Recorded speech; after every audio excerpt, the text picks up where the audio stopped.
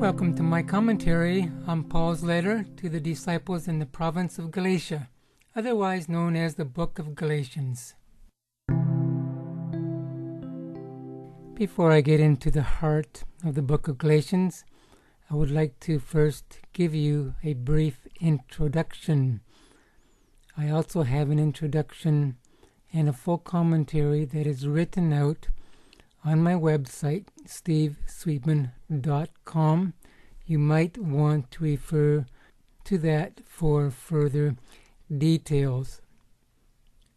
The Bible translation that I use for this commentary is the New International Version, a later version in the 1990s. I would just like to say that in case you hear when I do read from my Bible, my large print Bible, if my voice gets a little muffled, it's because I am legally blind and I get within a half an inch from the page of my New Testament. And for that reason, my voice may be slightly muffled. Also because of my poor vision, what I say in this commentary is strictly from memory. It's spontaneous. I will not be reading from notes because reading from notes is difficult for me. Therefore, I probably won't remember certain biblical passages that I would like to quote from, but I do have these biblical passages stated in my written commentary on my website. So there is just a few preliminary points before my introduction. And now to the introduction of the book of Galatians, Paul's letter to those believers who live in the province of Galatia. The people in Galatia that Paul may or may not be writing to are what they call Gauls. Gauls are people who lived in southern Europe and migrated and immigrated into what is now known as northern Turkey. And that's how we get the name Galatia. It comes from the people called the Gauls. Galatia is not a city, it is a province. The Gauls immigrated from southern Europe around 278 BC. In 232 BC, what is now in Paul's day called Galatia became a province. And in 25 BC, it became a Roman province. The Gauls lived mostly in the north, and in the southern part of Galatia were Gentiles and some Jews who basically spread out from Israel. There were also Romans and Greeks, and really southern Galatia was a multicultural area. In the southern part of Galatia, along the northern shores of the Mediterranean, the Romans built a major highway, east-west, that would have gone from Palestine over to Rome. It was along this highway that most of the major cities in that part of the Roman Empire were built. Now, Paul, in most of his missionary trips, followed this road. His means of transportation when he was on land was this road.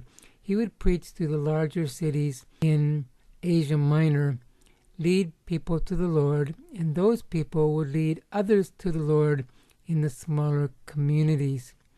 Now, there is a debate amongst scholars over the fact, who did Paul write this letter to? Was it specifically to the Gauls in northern Galatia, or was it to the multicultural ethnic people, different ethnic people in the south? Depending on how you answer that question will depend on how you date this letter when it was written. As I speak right now, I tend to believe that Paul wrote this letter to the Galatians that were in the southern part of that Roman province. In Acts 18:23, we do have Paul visiting the northern part of Galatia. So for those who believe that this letter was written to the Gauls in the north, they would have to later date this, probably 54 to 56 AD. Those of us who believe Paul wrote to those in the southern part of the province of Galatia will date this around 48 to 49 AD. The letter was written to both Jews and Gentiles, but by the time Paul wrote this, there were probably more Gentiles in the community of believers. In the book of Galatians, there's Paul and his friends, there's the Galatian Christians themselves, there were false teachers, and there were the believers and the leaders from Jerusalem. All four groups of these play a major role in what Paul has to say in his letter to the Galatians. The basic point to Paul's letter is this, that salvation is by trusting Jesus alone, trusting him and what he did on the cross, and absolutely nothing else. Another way to say it is, you get saved by faith and you stay saved by faith, and that's it. You add nothing, not even obedience to the law of Moses, which Jews were used to. The reason why Paul writes this letter is because there were certain Jews who were persuading the Galatian Christians that yes, you got saved through Jesus and the cross, but to maintain your salvation, you had to become a Jew, get circumcised, and obey the law of Moses. Paul was extremely upset over this. He called it another gospel that wasn't even really a gospel, and we will get into that later on. As I said earlier, concerning the dating of this letter, my informed opinion is that this letter was written around 48 to 49 AD. Paul probably became a Christian in and around 33 AD, began his first missionary trip around 46 AD with Barnabas, and the convention we see in Acts 15 concerning the Gentiles having to be circumcised and obey the law of Moses to be a real Christian probably happened in around 49 AD. This letter was probably written 48 or 49 AD, and depending on how you view this will determine how you understand the first half of Galatians 2, of what really took place there, and we will get to that later as well. But the events of the first part of Galatians 2, some feel, is the events that took place in Acts 15, the big convention that was held in Jerusalem to get the Gentile-Jewish problem in the early church figured out. This, most likely, and most scholars believe, was Paul's first letter, at least the first letter that we have in our canonized Bible. Most scholars these days actually believe this letter to the Galatians is the earliest book that we have in the New Testament. It was written before Matthew, Mark, Luke, and John, before Acts, before Romans, before Revelation, and all the other books of the New Testament. John, the Apostle John, he was the last New Testament writer. The book of Revelation was written probably between 90 and 95 AD. Some people say even between 85 and 90 AD. I would like to say this, and I will say it again, that I believe the Apostle Paul is the Moses of the New Testament. Let me say it another way. Moses was called by God, spoke to God, and God gave him the laws that Old Testament Israel needed to obey.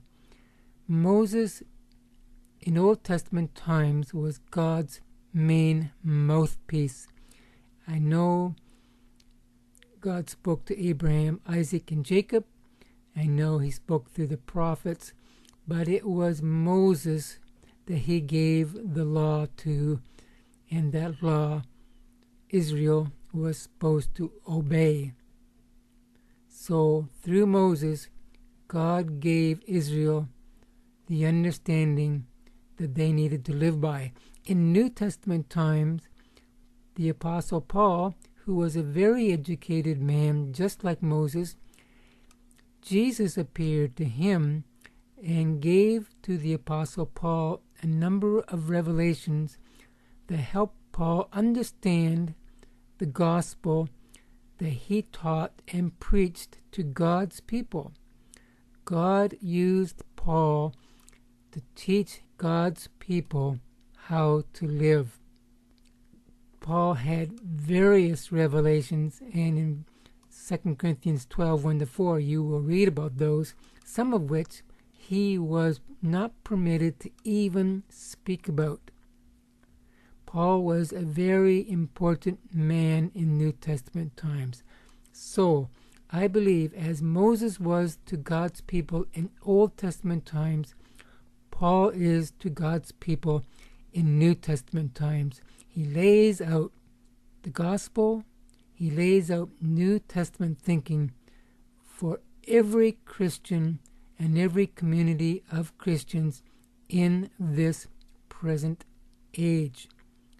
And I will say this, if the Apostle Paul got it wrong, if he really didn't see the visions, or if those visions were all in his head, then we as Christians are in one sad shape, because more than anybody else in the New Testament, more than Jesus himself, Paul defined what New Testament Christianity is all about. If he got it wrong, then all of us Christians have lived our Christian lives in vain.